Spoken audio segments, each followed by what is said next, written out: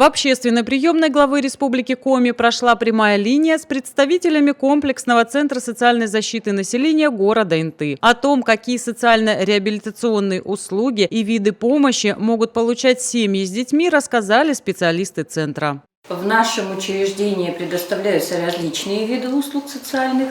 В плане реабилитации несовершеннолетних, а также их семей, это у нас занимаются три отделения. Отделение социальной помощи семье и детям, которые работают с неблагополучными семьями, с опекунскими семьями, кандидатами в приемные родители. Они оказывают психологическую поддержку, педагогическую поддержку, а также социальную средовую. Мое отделение социально-реабилитационное оказывает услуги по социальной реабилитации несовершеннолетних, имеющих инвалидность, а также их семьям. У нас оказываются следующие виды социальных услуг. Социально-средовая – это у нас кабинет сопровождаемого проживания. Также у нас оказывается социально-психологическая реабилитация, проводится курс групповых занятий, индивидуальных занятий как для родителей, так и для несовершеннолетних. Также у нас предоставляются услуги логопеда. Любой гражданин может к нам обратиться. Также у нас оказываются социально-бытовые услуги. Меры социальной поддержки касаемо гарантированных мер социальной поддержки, это у нас занимаются 212 и 107 кабинеты. 107 кабинет – это у нас для граждан, имеющих инвалидность, а также для семей, которые имеют на воспитании несовершеннолетних детей с инвалидностью, для опекунских семей. Проконсультироваться по этим мерам поддержки можно по телефону 311 14 и 323 71. Для многодетных семей оказываются гарантированные услуги в 112 кабинете. Туда вы можете обратиться за помощью по телефонам 312 12 и 309 40. Несколько лет назад начал функционировать кабинет по адаптивной физической культуре для детей, имеющих инвалидность. Помимо этого, на базе Центра социальной защиты населения работают логопедический кабинет, школа по уходу, пункт проката средств реабилитации и игрушек, открыты группы кратковременного пребывания детей. На базе нашего учреждения социально-реабилитационного, это для семей, имеющих детей с инвалидностью. На базе отделения социальной помощи семье и детям, это для семей, имеющих на воспитание детей, это не для благополучных семей. А также у нас есть отделение социальной реабилитации несовершеннолетних, которые занимаются детками в возрасте от 3 до 18 лет. Семьи, которые имеют трудности, допустим, в воспитании и в каких-то конфликтных ситуациях, могут обратиться в наше отделение. Также те родители, которые, допустим, уезжают по своим каким-то определенным нуждам на лечение, на работу, даже если это возможно на вахту, да, на длительный период, также могут деток своих поместить в отделение социальной реабилитации несовершеннолетних.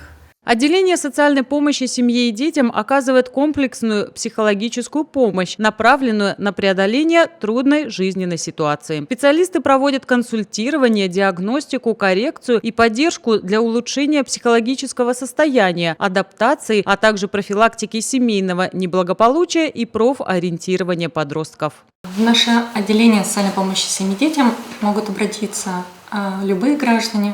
Это и отдельные граждане, и семьи, находящиеся в социально опасном положении, семьи в трудной жизненной ситуации, замещающие семьи, отдельные граждане, для того, чтобы получить психологическую помощь и поддержку.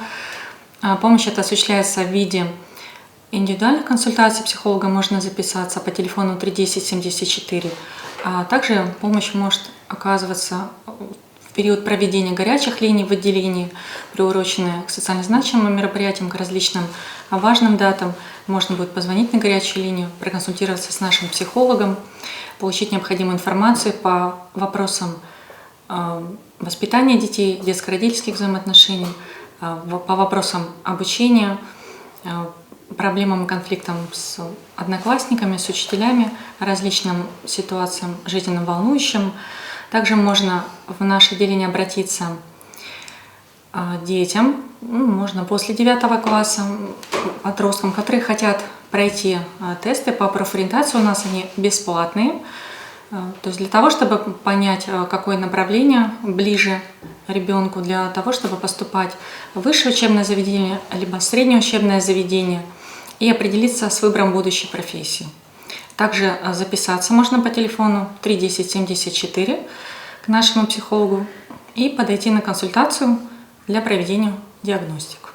Для анонимной психологической помощи мы рекомендуем обращаться на общий телефон, детский телефон доверия, это 8 800 2122, либо короткий номер с мобильного телефона 124, где также можно получить анонимную психологическую помощь, если ребенок либо гражданин не хочет, чтобы знали его в лицо, видели какие-то проблемы, то есть боится, что вынесут, расскажут.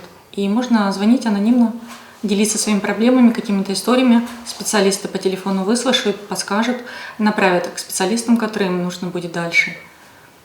И, опять же, тоже гражданин получит необходимую психологическую помощь.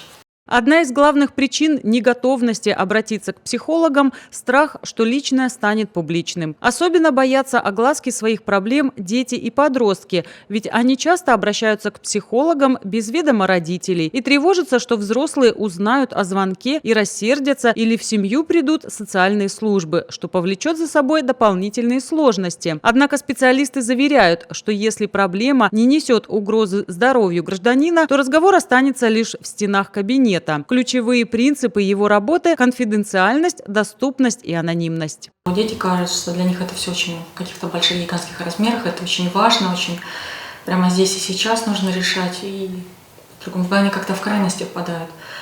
То есть бывает тоже, можно обратиться и бояться либо огласки, либо что ругать начнут, где-то не поддержат. Как-то очень много страхов, волнений, и не знают, куда бежать, поэтому...